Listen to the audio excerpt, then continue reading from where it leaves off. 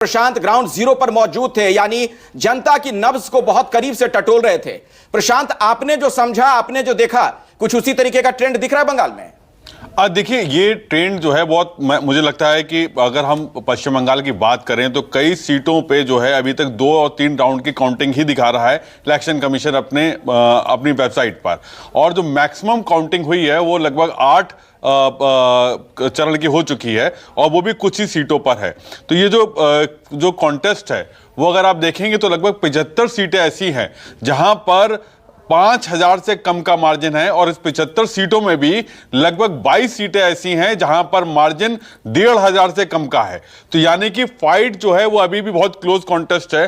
कई जगह पर जहां 3 राउंड की काउंटिंग हुई है और अभी वहां पर 14 से 18, 22 राउंड तक की काउंटिंग होनी है। तो ये बहुत बड़ा, मतलब जिस तरीके से ममता बनर्जी ने आकर अभी कहा है कि लोग हटे नहीं, तो क्या ये बूथ वो हैं जो बूथ खुले, वो बीजेपी के पक्ष के बूथ थे जिसमें शुरुआत में बढ़त हासिल की है? और क्या टीएमसी को ये उम्मीद है अभी कि आने वाले समय में जो बूथ खुलेंगे या जो जहां पर अभी काउंटिंग होना बाकी है वहां पर टीएमसी को फायदा मिल सकता है? लेकिन अगर आप अखिलेश देखेंगे पूरे ट्रेंड को अब तक, तो बीजेपी को 2021 में 38.5% के आसपास वोट शेयर मिला था, जो कि इस बार बढ़कर लगभग 45% के करीब पहुंच गया है, यानी कि 7% का इजाफा है। और जहां ममता बनर्जी के पास में 48% के करीब वोट शेयर था, वो इस बार 7% घटकर लगभग। नहीं, तो ये तो प्रशांत बड़ा अंतर है ना। अगर 7% का अंतर पड़ रहा है तो सीटों पे तो उसका सीधे तौर पर असर दिखेगा। बिल्कुल, देखिए दोनों के बीच जो डिफरेंस आ रहा है लगभग 3.5% का डिफरेंस है जो अभी तक की काउंटिंग हुई है। और इस ट्रेंड को अगर देखें तो 3.5% का जो वोट शेयर है वो काफी बड़ा, मतलब काफी बड़ा शेयर होता है। कई जगहों पर हमने देखा है कि आधे से 1% में भी सरकार जो है वो पलट जाती है। हिमाचल हमारे सामने उदाहरण है। मैं उस पर आता हूं प्रशांत, बहुत ही महत्वपूर्ण जानकारी आप दे रहे हैं, लेकिन थोड़ा अभी इसी चीज को हम और समझना चाहेंगे।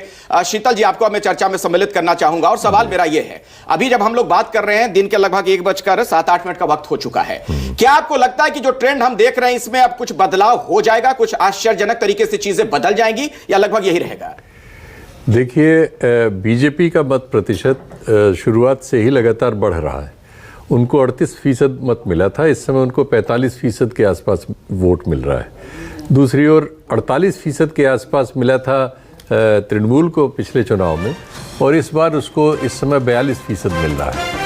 ये जो डिफरेंस है, ये जिस तरह से ट्रेंड दिखाता है, इसमें इतना अंतर हो पाना संभव नहीं है। ये भी सही है आंकड़ा कि अभी तक कुल 1.25 करोड़ वोटों की करीब गिनती हुई है इलेक्शन कमीशन के रिकॉर्ड्स के हिसाब से, या थोड़ी और ज़्यादा, लेकिन 6 करोड़ 28 लाख वोटों की गिनती होनी है। तो अभी 5 करोड़ या 4.25 करोड़ वोटों की गिनती जो इसमें, मतलब गिनती हो सकता है वहाँ हो गई हो, इलेक्शन कमीशन के रिकॉर्ड्स पे नहीं आई है। तो इससे लगता है कि अभी इसमें प्रक्रिया में एक तो समय लगेगा।